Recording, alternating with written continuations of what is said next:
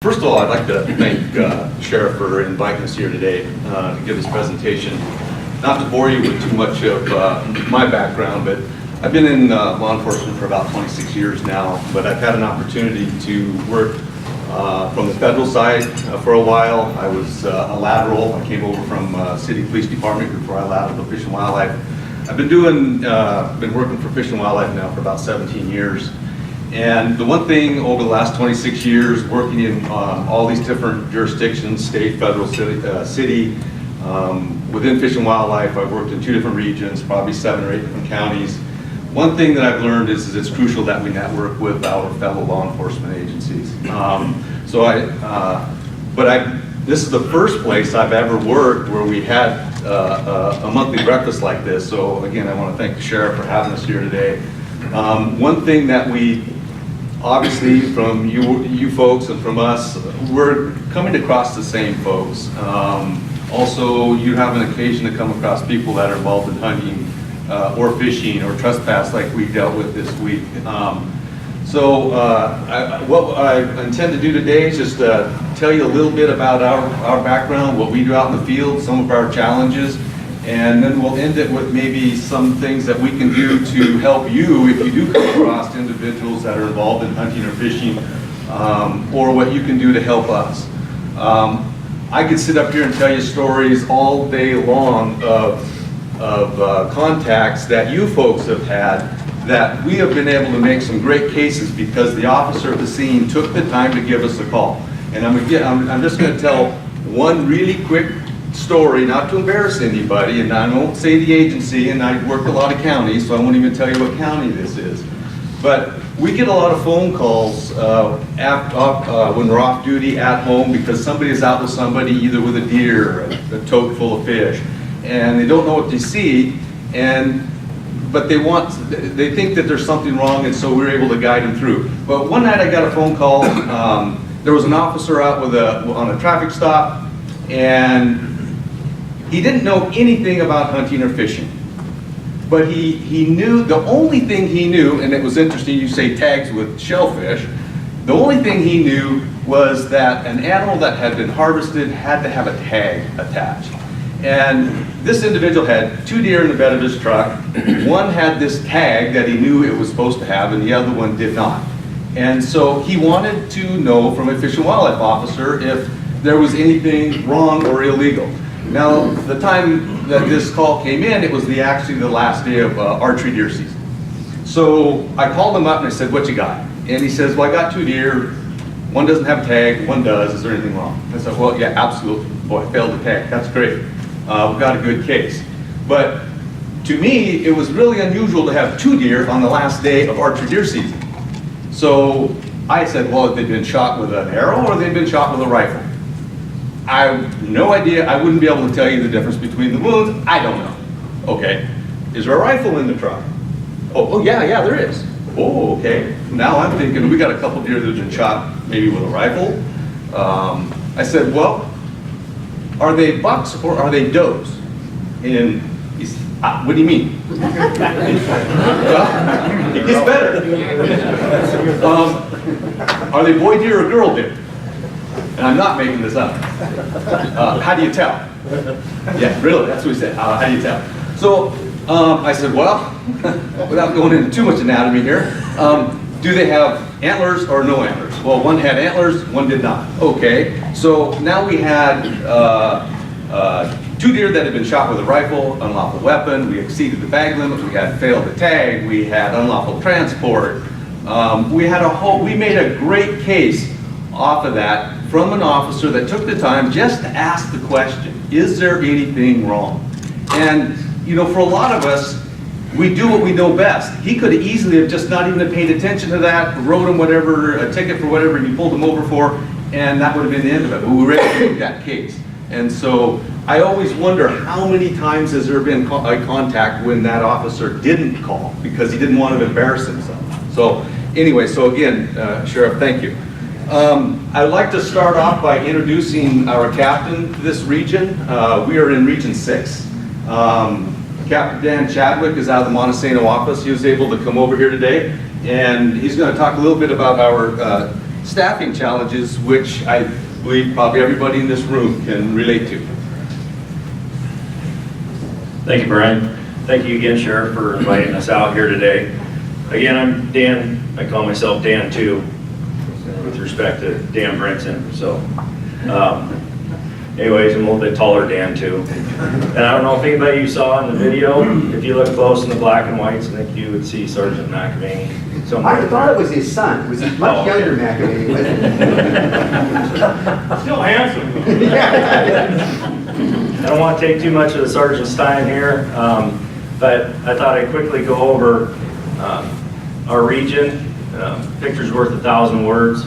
If you can see, Region 6 is a lot of landscape, a lot of real estate there for 5 detachments, 25 officers, and currently we have 2-3 vacant positions. So in between naps that we take, captains take, we wake up and go, holy smokes, we need more people. And again, like the Sergeant spoke earlier, the relationships we have with the different agencies are imperative to make that happen. So as you can see, can't really see right now, but the black stars are where the sergeants are located, and the red stars are where officers are located throughout the region. And just looking at that gives you an idea. There's a big chunk of real estate there that doesn't have anybody in it, or Jefferson County, especially the west end there. Granted, the park's up in the middle of that, so that takes a little bit of the real estate away. But just looking at that and knowing the challenges we have, you know, we deal with everything, fish and wildlife. So not only, you know, right now, a lot of people come up to us and go, boy, this is your busy time of year. Well, in Region 6, all years are a busy time of year, because we not only deal with the recreational hunting community, but we also deal with the commercial fisheries. And as you can see, we're basically a peninsula here in Region 6. Our jurisdiction goes out to 200 miles offshore, so we can chase our commercial fishermen 200 miles offshore. In fact, we can even chase them to Mexico if we need to, if they've committed any crimes down there. So our officers are busy throughout the year, and you know, along with our region here, we have 13 federally recognized tribes, so we have to partner with the tribes and be familiar with their laws. And our officers are general law enforcement authority, like, you know, this group knows. So when our officers come in out of the academy, they go into a month-long academy and they learn the Fish and Wildlife Code, all the WACs. So there's a lot thrown at them. In fact, we just had an officer throw in the towel because he was overwhelmed with what our job entails. So I just want to give a quick overview of that and let the Sergeant keep going here.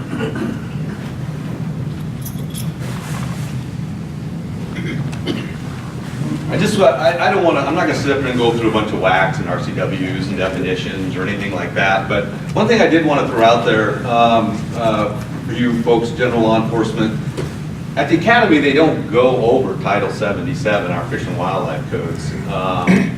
And so what I experience is the officers that I work with in the field that actually are hunters or fishermen are the ones that take the most interest in, you know, maybe giving us a call. If they don't know anything about it, don't have any interest, a lot of times we may not hear from them. But this is a statute that many of you may not even know.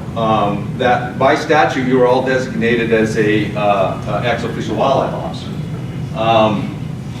What does that mean? We're all general law enforcement. Why would that matter? Why would you need or want to be designated as ex-official wildlife officer?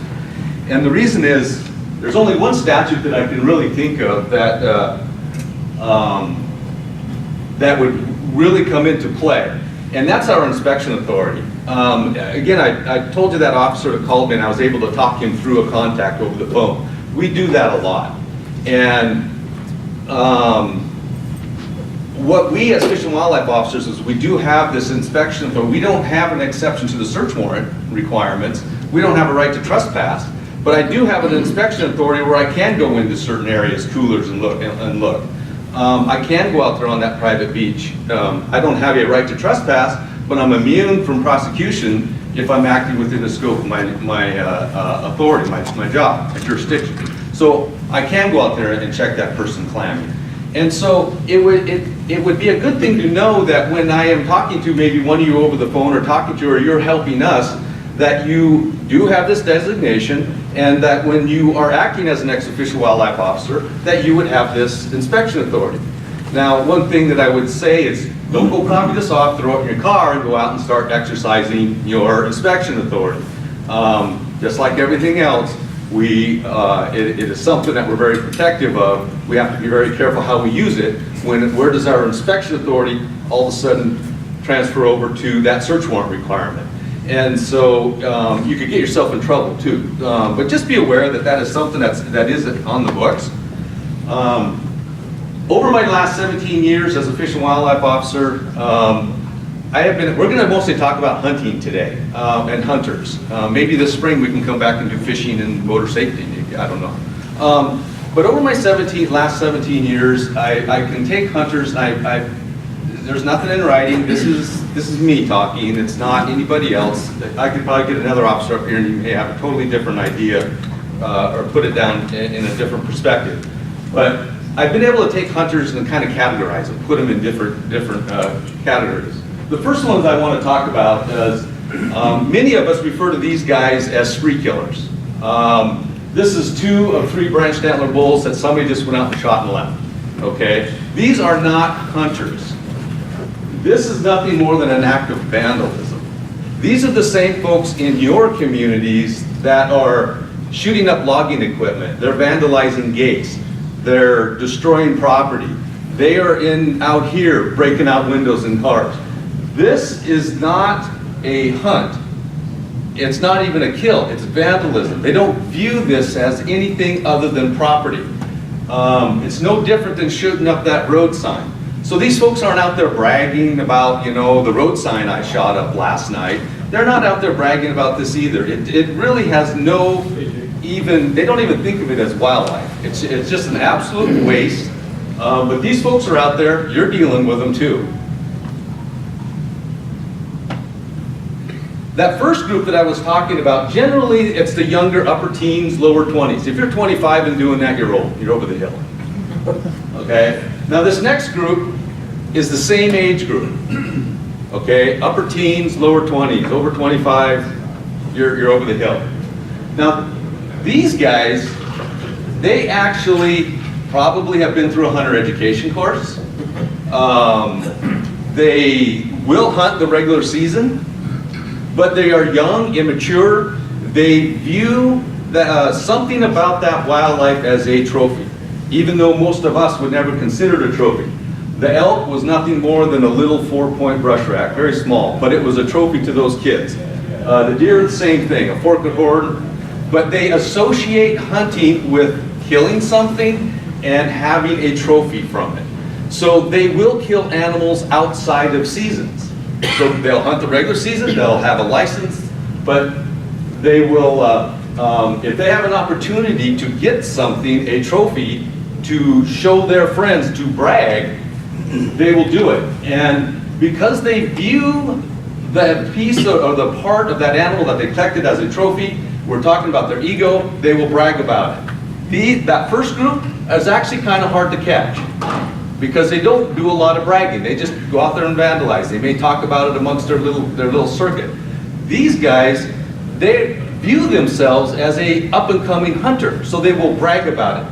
They are the easiest group of people to catch. We catch a lot of them. And the reason we're catching them now is because of social media. These guys will get online, they'll brag about their kills. The bobcat up there, literally, people were on there saying it's closed. The bobcat season closed, get that picture off. And they didn't remove it. I can even make that case. And I don't do chat and Snapchat or Facebook or any of that stuff. And the other one, again, it's not just always deer and elk, antlers. It could be talons of a raptor. It can be feathers. It can be almost anything that they want to collect. He was upset that the Broncos lost. Now, the next group of hunters that I'm gonna talk about, they're the ones older, okay? We're getting up in age. These guys are 30, 40s, 50s. These guys are hunters. They have an ego. And so they view themselves as hunters, but they will stretch the rules. They will justify taking animals out of season. They will trespass to go get a trophy bull. They will go into areas that are closed. We have different GMUs. Some are open, some are closed. They will stray over. They will bend the rules to get that trophy. These guys don't do a lot of bragging. They're older. They're my age. They don't get on Facebook. They're not chatting. But what these folks will do is most of these guys are hunting lawfully, again, just like that younger group, but they will stretch the rules to get a trophy. These happened to, this was a great case we made. These animals actually came out of Montana. They were Washington hunters over there with whitetail deer tags. But they went into closed areas. What these guys do with their trophies is they hang them on their walls and brag to their circuit of friends and family. But they don't say that that's the bull that I killed over in Montana in a closed area. That's not the one I poached. They sit back and boast about what great hunters they are. They'll never tell you it was taken illegally. But, so they like to boast and brag.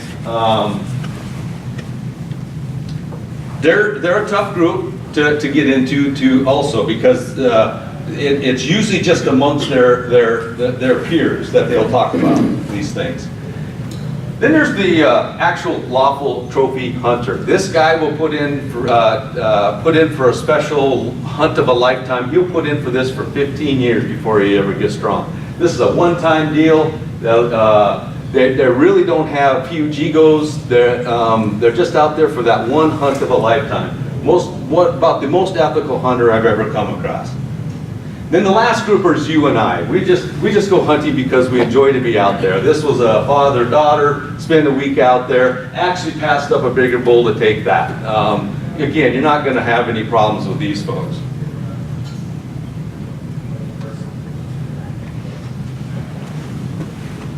Okay, go ahead. You were going to do it. No. I drew the short straw again. This was one of the few regulations or laws that I wanted to go over with was what we call hunting while trespass. And this was actually in response to a number of calls around here, and the sheriff and I was on a radio talk show talking about this week. Right now, like I said, I've worked from the Canadian border all the way down to Columbia, all up and down western Washington, the entire peninsula. One of our #1 calls for service is hunting while trespassing this time of year, whether it's waterfowl, deer hunters, elk hunters. We're losing areas to hunt.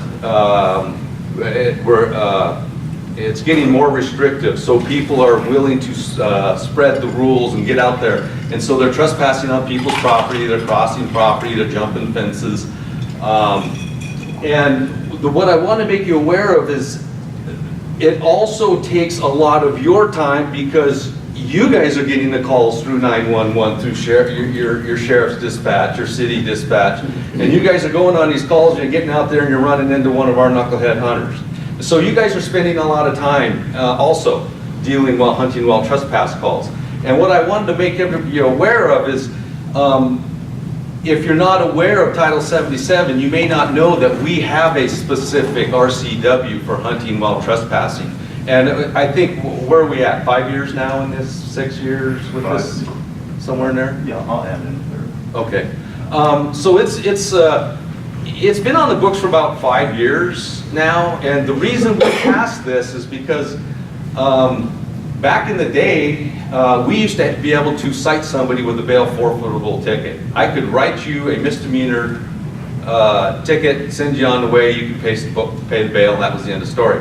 Well, these guys were willing to pay a $250 trespass second degree ticket and go home with that trophy animal. We didn't have a way of really forfeiting that animal. So it was worth it to them to trespass, get that animal, pay the whatever, $250, go home with my critter. Well, we had issue with that. We were tired of having to give back these animals to these people after their cases were done. So we passed our own statute of hunting while trespass. Under our statute, we can start seizing weapons. We can seize the animals. And now it is not so profitable to them to try to trespass to get to those animals. So we do have this. It also makes it illegal to go on there and retrieve it. And we have that a lot, where wounded animals will jump a fence, go on to somebody's property. Now, we do work with folks to try to be able to get them, but nobody has a right to trespass. And we get these guys that think, that's my animal, I have a right to go get it. I have a right to get it. I can go into their property, it's mine. And we run into a lot of conflicts that way. And again, not to question somebody else's discretion, but I've gone out on a lot of these where the officer that showed up at the scene, if they were a hunter, they were more sympathetic to the hunter than the property owner. And the next thing you know, we got caught in the middle when they're so upset on how this officer said, yeah, what's the big deal, let them have it. I've had to deal with that. And it was interesting, just this Tuesday I got a call from a gentleman that I dealt with up in Whatcom County. Now this was one, again, it was another jurisdiction that arrived at the scene, and they were loading their deer up into the truck, and the officer was a hunter and said, they're not on your property, it's open season, and they've got it lawfully tagged, what's the big deal, let them have it. And that was the end of the call. The next day, I had an entire neighborhood in my office. They were so upset at how this got handled. And so I went out and I kind of reinvestigated it. I don't like to, again, question anybody else's decision. I don't know what was going on, if he had more priority calls, and that wasn't my purpose. But I did have a neighborhood that was upset. I went out there. Now, the lay of the land is 5 and 10 acre parcels, because everybody has horses, cattle, whatever, livestock, and these were big, 5, 10 acre parcels. When I got out there, it's rural, so we don't have no shoulders. We have a narrow road. Well, what happened was the gentleman stopped right in the middle of the road, kicked his grandson out of the car, said, go get that deer up, and the kid jumps out. Now, the driveway is one of these long paved driveways, these are, they're way set off the road. He's running up the paved driveway along fences on both sides, runs up, goes across the fence, shoots it in their yard. I found exactly where the deer was hit.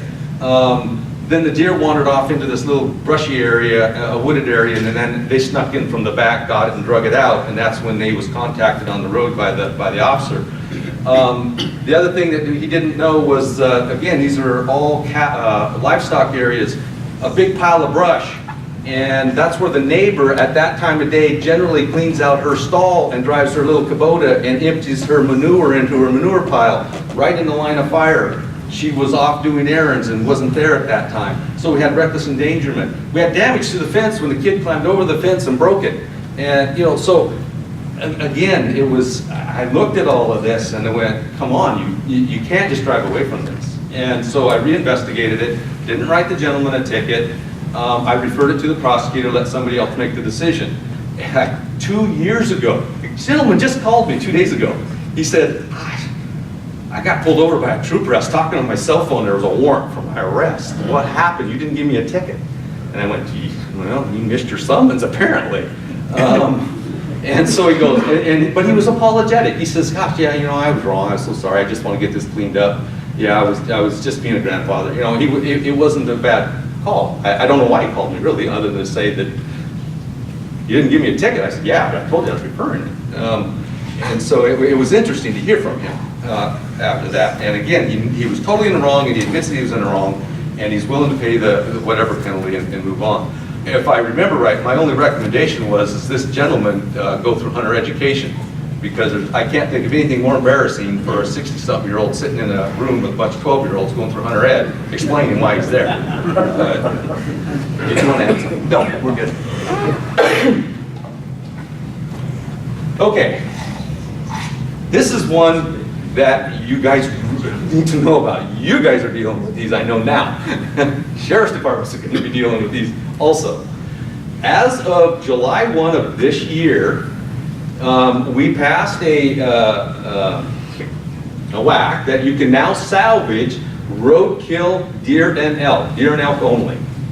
And it has kind of thrown a monkey wrench in some of our deals, because now any time of the year you can go out and you can salvage roadkill. So that officer that called me several years ago about seeing an untagged deer, a guy could literally now be driving, get pulled over at midnight for speeding and have an untagged deer in the bed of his truck. And now we have to determine, is this a poached or is this a roadkill? And so just be aware, I told you a great story of a great case we made off of a phone call. Those phone calls now, well, is it a roadkill? And so, of course, if they're smart, they're going to say, yeah, this was a roadkill.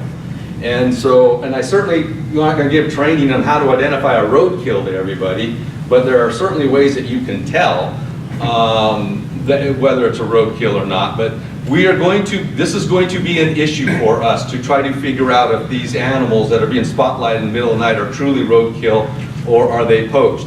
Now, one thing about a roadkill is it does not allow them to dispatch their own animal. It can only be dispatched by us or one of our representatives, hey, an ex-official wildlife officer. So you guys are going to be asked by these people to dispatch their injured deer or elk so that they can salvage it. They can't do it on their own. So, but again, like what I've been doing, I've been given, if I've had to put down an injured deer, I've given the guy my business card, say, hey, if you get pulled over for speeding, I'm the one that dispatched it, here you go. Because we've had that already. We've had some where they say, oh, well, yeah, it was dispatched by a deputy. And again, this was a different county, but it was a different county, a deputy. Oh, who was it? I didn't get his name. Well, where were you? Well, I don't remember. They'll throw you guys under the bus that it was a deputy or a trooper that put this animal down. Well, I got to assume if you respond, there'll be a CFS. We might have to do some legwork if you grab the information and say, hey, I don't know that this was a roadkill. If you want to follow up on it, and I'm sure that you guys would have a CFS that we could see if there was actually a deputy there or a trooper there that did do it. But it's going to create a little more work for us. That's kind of in a nutshell. They can have them. They have up to 24 hours to get online to apply for their salvage permit. So for 24 hours, they can be in possession of an untagged deer any time of the year. This is interesting in that now that we have our roadkill deer, and again, this is something for you guys as far as public safety. This is right here in Mason County. Recognize the road. You recognize the road because you live on it. Process of elimination, there can only be one thing going on here. And somebody is trying to get a deer baited to the fog line. We had the neighbor, I mean, it's funny except, 2 in the morning and a motorcycle coming through and hitting a deer. We had a neighbor watching this site for us, calling us. He would clean it up for us 5 times. He cleaned it up 5 times. It came back. So obviously somebody is trying to bait a deer. We've had officers in other counties mention finding places along some of these rural roads where obviously somebody's dumped buckets of apples and there's no apple trees around. Is it somebody doing the same thing? Obviously we don't know. But we'll have to keep this, monitoring this and see how much this is occurring, or if it is occurring, because it's certainly a public safety issue. This is that group that I told you was one of the easiest ones to catch. They like to brag about their trophies. Again, Snapchatting, sending pictures out. It would have been a gorgeous deer, but it's still in velvet, but it was a trophy to them. What was, Officer Smith here, you've already heard his name once, but he did a great job putting this case together. But his very first interview, what was the first words out of the guy's mouth? Oh, you mean that roadkill? So they're catching on, but he made the case. It was not a roadkill. You want me to go over the sanitary shelter? Sure. One of the things we have in our county is abundance of shellfish beaches. So just a quick overview. There are recreational beaches, the state parks, and Fish and Wildlife does have some beaches, and so does DNR, that you're allowed to go out there. If you have a buddy on private property who owns that private property and says, hey, Jeremy, come on out, get as many as you want, no. If you go out there, you do need on that private property a shellfish license, and you have to pay by the limits. Now, if you go out there for a weekend and you can pick as many oysters or clams as you want and devour them on the property, that's fine. But once you get into start transporting them off the property, you get into DOH regulations where you have to have transfer permits. The beach has to be certified, and the whole intent with that was that we don't want contaminated shellfish in the marketplace. We do have, historically, when Sergeant McElvaney was around, we would sit up at nights down at across from the sewer treatment plant. And I mean, I can tell you a lot of stories of watching these beat up boats come across from that place towards the marina with thousands of pounds of sewer clams. And as many nights as we went out there and chased them and ended up in the water with them a couple of times. But it's still going on. And we're pretty fortunate. DOH sent us out a stat sheet, especially during the summer, and it confirms the amount of illnesses people are getting from harvesting shellfish. So you can track what counties, during the summertime are the water levels, the temperature rises, and the shellfish are more susceptible to the parasites, and people do get very sick. So we're, like the sheriff said, if at the very minimum you're driving down the highway, Thurston County, Kitsap County, Mason County, Pierce County, and you see shellfish in a bag and you don't see that little white tag, do us a huge favor, get a license plate if you don't want to make the stop, because it does get very complicated. Get a license plate, we can start tracking it down. That's the tag right there that we're always looking for. It's supposed to have the location, the date, and where it was harvested, and it's amazing. Some of these are forged. What'll happen is that I'm a competing oyster company. I'll steal their tags and put them in my bags, not knowing where I could just took these clams from the sewer treatment plant, and they'll be assigned to that company. So we do have a lot. When Sergeant Nixon and I were running around this county, we used to sit on the overpass of Wallace Nealon and had our own little airplane radar deal, and I'd sit down on the highway, Matt would be on the overpass, we'd see him come down, pull a truck, pull them over, and we are allowed to stop them. They do, it's a highly regulated industry, and we're dealing basically in public health, so we do have the right to stop them and talk to them.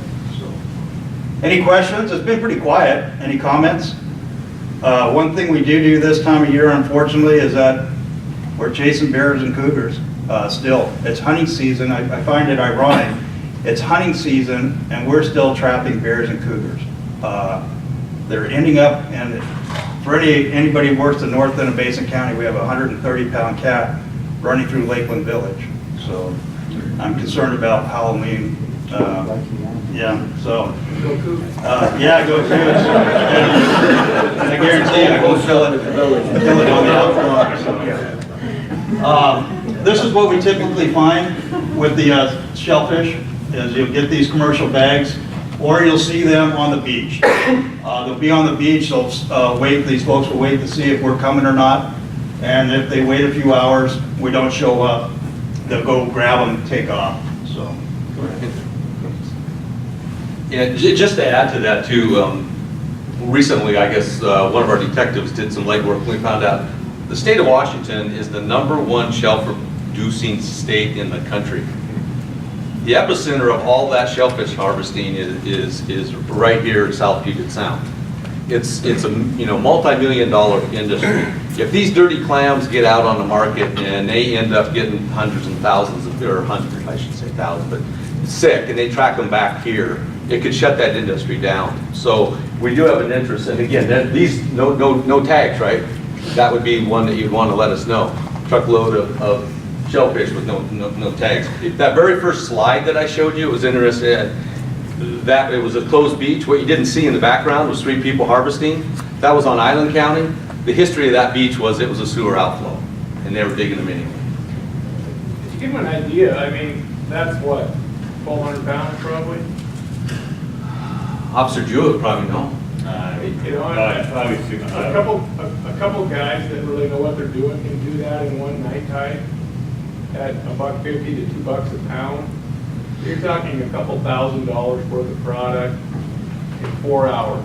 So it's worth it for these guys to try to do it, and that product could be very polluted and cause a lot of illness. So the money's there. The same guys that'll break into your garage and steal your lawnmower when the heat gets on by the city police, they'll go do stuff like that.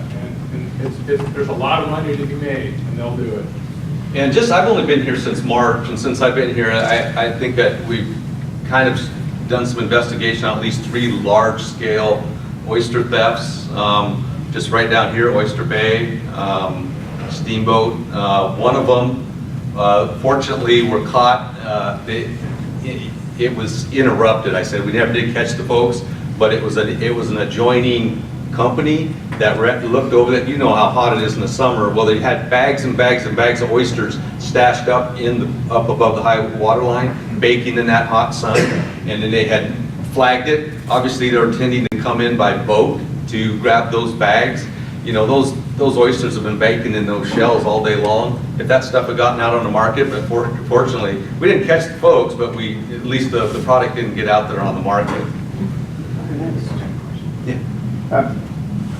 Jumping back on the hunting side of things for a moment, I had a question that came up, and actually, Officer Smith, as he just came in, I talked about behind his back a few minutes ago, but another issue that came up this year that Chris helped me with a few months ago is a lady that I know, resident 87, 89-year-old woman out in the Arcadia area, called me and had a dead deer in the front yard. And I don't know who she called or how it came out, but she called somebody at the state, and they told her they were going to charge her $200 to come out and remove the animal. So she called me at my house, and I called Chris, and he happened to be up doing something that night, and he said, I'll take care of that. I've got somebody with me. We'll come out in the morning. And I said, well, I'll run down and remove it for her. And I think the interesting part, what I learned from Chris, and then I have a question on that, is that Chris said, no, I'd rather just go out and take care of it myself, because what I want to find out is, was the animal poached? Was it poisoned? Is it sick for some reason? It might give us an idea if we start to see things in that area of what's happening to our wildlife. So I'd rather just go out and take care of that myself, let her know I'll be out in the morning, which was a nice, you know, I wasn't even thinking of that. I'll just get it and go throw it down some side road and get it out of her yard. But that could be an indicator of something occurring in that area. But my question was, and I don't know, we never did quite run down who she called, but somebody at the state level that she called told her that's $200 for you guys to come out and remove an animal. Is there something with that going on that we need to know about? We, as the Department of Fish and Wildlife, do not charge to remove dead wildlife. I don't know in that particular case who she may have talked to, whether it was even Fish and Wildlife, or I can't comment on that one specifically. I can tell you I did work in a county one time where there was, he was permitted, he was like a roadkill, I forget what he was a little strange, but he did DOT and everybody a favor. He did go out and pick up roadkill, and unfortunately we'd get calls because he would dump all these carcasses in the same overbankment, and people would think oh my gosh, a poaching ring. But what he would do, and again, it's a different jurisdiction, but that jurisdiction would refer the folks to him if they had a deer in their yard, and he would charge $250 and come out. I had no idea this guy existed until I showed up to remove a deer from a yard one time. It had been shot during archery season, and I was like, oh, absolutely, I'll be there. And I showed up, and next thing I know, this guy's driving in the driveway, and he says, I'm here to collect the deer. And I said, well, too bad, I'm here first, and it's our deer. And he says, well, I want to get paid my $250. And I'm like, who are you? But he was permitted to do this. And again, so I got to talking to this guy. I says, how many deer do you pick up around here? And you know, he's like, oh, well, last one was 6, 8, last, several months. I said, any of them shot? And he goes, oh, yeah. Yeah, wouldn't that be something we'd be interested in? Sure. So, and in that particular area, I think a lot of those were, when they were shot, is this area, I think, had a history of a lot of deer, and people would gut shot them because they were eating their rhododendrons, and they would want them to die somewhere else. I think was what was happening in that area. But he was picking up a large number of deer that had been shot, and we had no knowledge of it. So I don't know. We don't refer anybody to a service that you would be charged. No. And again, back on the shellfish, it doesn't have to be in the middle of the night sneaking around. This is one that Officer Smith and I went to, uncertified beach, middle of the day. The landowner lived across the road, had no idea these guys were down there harvesting all these commercial quantities of shellfish. So it doesn't have to be in the middle of the night. And I'll just try to run through these last. I threw in specialized forest products because, again, this is all driving down the highways. You guys see this stuff. You're also getting calls for trespass when these folks are coming in there. This was one, the sheriff's department called me because he's overloaded, is why we pulled him over, but is there an issue? So, yeah. All this specialized forest products that are going down the highway and you pull them over, maple, cedar, blocks, all that, it does have to have a permit with them, associated with them. That's what the permit would look like. They can't transport it without it. They can't sell it to a legal shed without it. Specialized forest products comes in a variety of different forms. Some of you are going to shake your heads going, really? But it's still, the one on the upper left is cascara bark. Back in the 90s, it was going to be the cure-all for cancer. They've now been able to synthetically do the chemical in the lab, so you don't see cascara bark much anymore. The lower one, again, this is one that it's bear grass, and I know bear grass really, but it does bring a high dollar value. And not only, it grows in higher elevations, they can over-harvest it on high alpine meadows, but it's also a cultural resource for the tribes. Most of the bear grass that I've been able to seize, we've donated to the North Olympic Peninsula basket weavers. So it is an important resource. Mushrooms, again, yeah, fungus, big deal. This time of year, holiday season's coming up, cedar boughs, fir boughs is all a specialized forest product. The one on the lower, I haven't figured out if it's a specialized forest product yet. I threw it in there because I've only seen it twice in my career. Snake grass. Slough's the one that we think of the most. Lots of that going down the highway. Now some of this stuff like mushrooms, again, you don't think it's a big deal, but some of these folks are actually quite territorial in their harvest areas. And I haven't come across it a lot, but when I was up in Clallam County, we had issues with violence, guns being pulled if you went into areas. I know down in Oregon on the Mount here, if you're talking morels, guys are being shot going into their harvest areas. Maple is a big one. If you get a trespass call and you got those checks on a maple tree, you've got a maple thief in there looking, trying to see what kind of pattern, whether it's worth coming in and stealing. They take very little of the wood on the other one. Most of it is left behind. But that's what they're looking for. This has been milled once, drawn out there. I don't know if you can tell, it's going to be a guitar back. High dollar value, a lot of theft. And then the other one is cedar blocks. I threw the upper photo in there. I think these guys think we have drones. The big stump there, they camouflage it, so we can't see it with our drones, I guess. I've never figured out. You got all this piles and piles of spolts and sawdust, but they cover the stump to throw us off the top. This stuff is very high quality. They're hiding it under their crawl space of their house. They'll go through all kinds of methods to get it out. Homemade cart to haul it out. I threw in the other one because this picture is legendary. I've been doing this for 20-something years, I told you. We always heard about the chainsaw that you ran the exhaust down in the creek or the 5-gallon bucket and it was silent. And they were out there. I always wanted to see one. We always heard of them. Oh, and I finally got my hands on one. And that's a modified muffler. and that tube goes down, you can screw a hose onto it and run it down to the creek, and you're out there working on it. It didn't work. It was just as loud as any other one. I was so disappointed, but I got my hands on one, and I guarantee you, this is out of Jefferson County, but I guarantee you that saw was used down here in Mason County. And I never, ever came across a wood thief, maple or cedar, that wasn't either high on drugs or didn't have drugs on them. And with that, any questions? Anything else for these guys where they're here, anybody, other agency?